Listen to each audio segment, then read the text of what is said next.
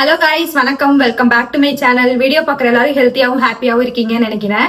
So இன்னைக்கான video என்னன்னு பார்த்தீங்கன்னா, ஆல்ரெடி நான் ஒரு வீடியோ அப்லோட் பண்ணியிருந்தேன். 11th 12th முடிச்சதுக்கு அப்புறம் இன்ஜினியரிங் செலக்ட் பண்றீங்கன்னா அதுல என்னென்ன டிபார்ட்மெண்ட்ஸ் இருக்கு, அதுல வந்து என்ன டிபார்ட்மெண்ட்ஸ் எடுத்தா எப்படி நம்ம ஃபியூச்சர் இருக்கும் அப்படிங்கிறதுக்கான ஒரு சின்ன டிப்ஸ் வீடியோ மாதிரி கொடுத்துருந்தேன்.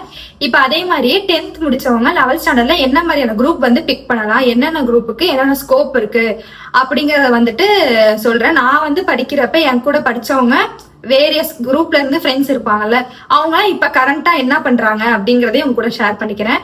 சோ நான் இப்பதான் வந்து இன்ஜினியரிங் முடிச்சேன். சோ அதனால இப்ப நான் முடிச்சு ஒரு 1 month தான் ஆகுது. அதனால எனக்கு இப்ப இந்த டைம்ல வந்துட்டு மத்தவங்க எல்லாம் எப்படி இருக்காங்க, என்ன குரூப் எடுத்தனால எந்த லெவல்ல இருக்காங்க அப்படிங்கறத வந்து உங்க கூட ஷேர் பண்ணிக்கிறேன். ஃபர்ஸ்ட் இப்ப பாத்தீங்கன்னா மேஜரா இருக்கிறது 5 குரூப்ஸ் தான் ஸ்கூல்ஸ்ல.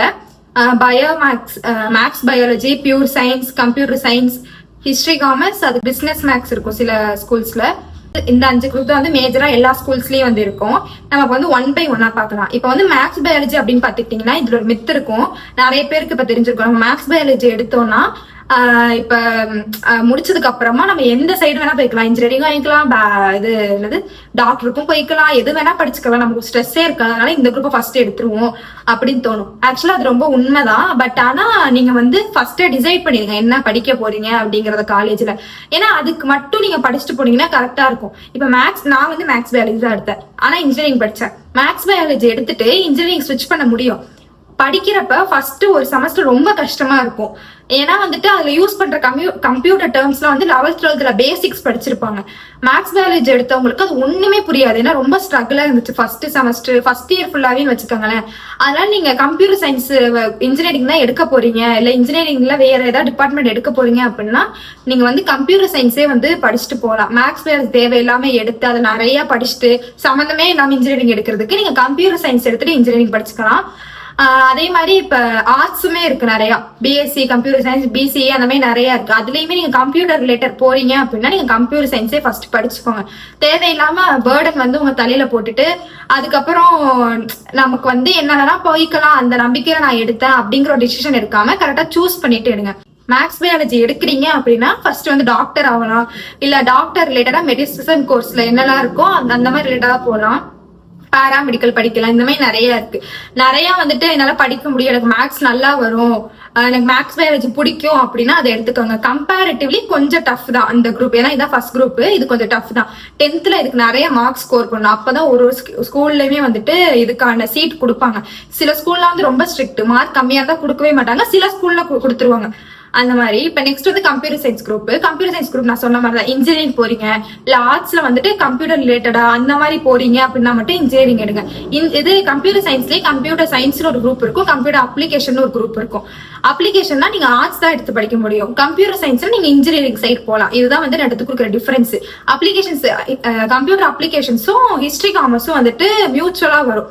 என்னன்னா வந்துட்டு சிஏ எக்ஸாம்க்கெல்லாம் வந்து எழுதுறவங்க இதுதான் படிச்சிருக்கேன் அப்படின்னு சொல்லுவாங்க 10th 11th 12th குரூப்ல. அதே மாதிரி நீங்க பிகாம் சிஏ தான் எடுக்கிறீங்கன்னா computer application or history commerce இந்த மாதிரி குரூப்ஸ் வந்து எடுத்துக்கலாம். நெக்ஸ்ட் வந்து பாத்தீங்கன்னா ஹிஸ்டரி காமர்ஸ்ங்கிறது ஃபுல்லா வந்துட்டு சோசியல் பேஸ்டு.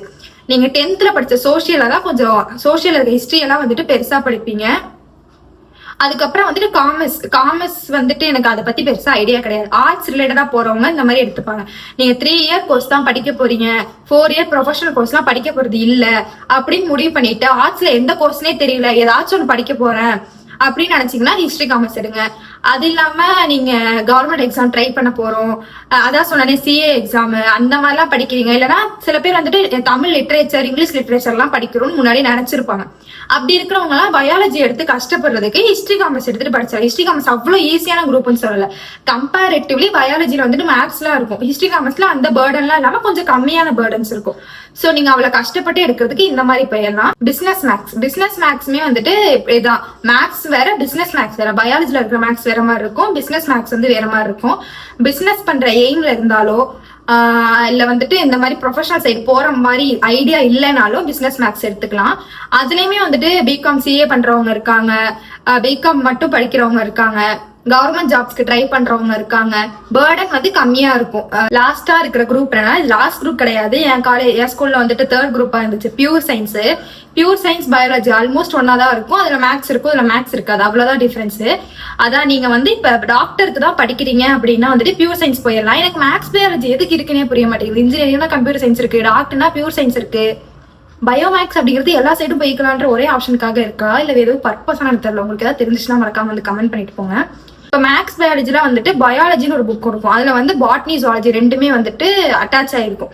எப்படின்னா பாட்னிக்கு ஒரு புக் இருக்கும், ஜுவாலஜிக்கு ஒரு புக் இருக்கும். ஆனா எக்ஸாம் எழுதுறப்ப நீங்க பயாலஜின்னு ஒரு எக்ஸாம் தான் எழுதுவீங்க. அதே பியூர் சயின்ஸ்னா பாட்னின்னு ஒரு எக்ஸாம் பேப்பர் இருக்கும், ஜுவாலஜின்னு ஒரு பேப்பர் இருக்கும். இவ்வளவுதான் டிஃபரன்ஸ். ஸோ பியூர் சயின்ஸ் இருக்கிறவங்க நர்சிங் படிக்கிறாங்க, டாக்டருக்கு போறாங்க, லேப் டெக்னீஷியன்ஸா இருக்காங்க, இல்ல பேராமெடிக்கல் கோர்ஸ் படிக்கிறாங்க. பயாலஜில இருக்கிற ஆல்மோஸ்ட் இதுல வரும். உங்களுக்கு பயாலஜிக்கும் பியூர் சயின்ஸுக்கும் என்ன டிஃபரன்ஸ் அப்படின்னு தெரிஞ்சிருந்துச்சுன்னா மறக்காம கமெண்ட் பண்ணுங்க. மேக்ஸ் இருக்கு, மேக்ஸ் இல்லைங்கிறத தவிர வேற என்ன டிஃபரன்ஸ் அப்படிங்கறத மறக்காம கமெண்ட் பண்ணுங்க.